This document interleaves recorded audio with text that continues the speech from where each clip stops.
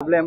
সরকার তো বহু টাকা দিচ্ছে, খেলো ইন্ডিয়া বলুন, অনেকগুলি মানে কোনো এক জায়গার মধ্যে খামতি আছে কি? যেমন নর্থ ইস্টের অন্যান্য স্টেটগুলি, মণিপুর বলুন, সিকিম বলুন, এইগুলিতে ভালো পারফরমেন্স মহিলা ক্রিকেটের দিকে। বাচ্চারা যেমন আন্ডার 15, আন্ডার 13 হচ্ছে, দেখা গেল কালকে আজকে খেলার মধ্যে অনেক গোলের গেপ।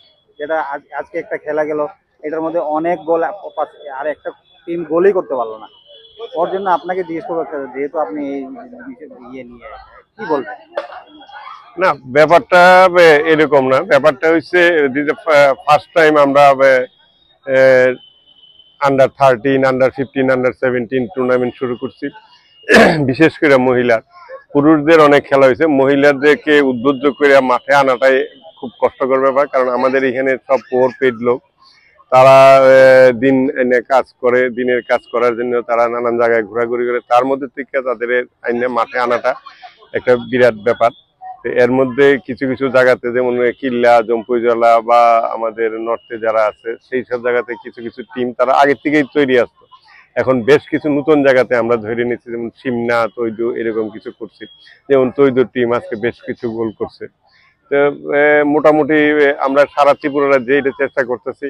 এবং আমরা ধর্মনগরে আন্ডার 17টা নিয়ে গেছি, ওইখানে 6টা টিম খেলতেছে। এইখানে 2টা 13 এবং 15তে মিলে 12টা টিম আছে।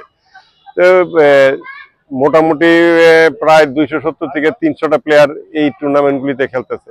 তো এটা একটা আমাদের জন্য বড়, যে মাঠের মধ্যে মেয়েরা আইতেছে।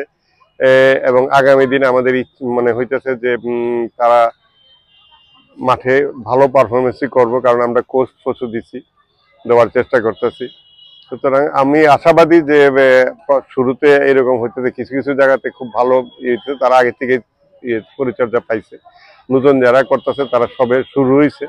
সুতরাং আগামী বছরে বা তারপরের বছর থেকে প্রত্যেক জায়গাতেই একটা ফাইট পাইবেন।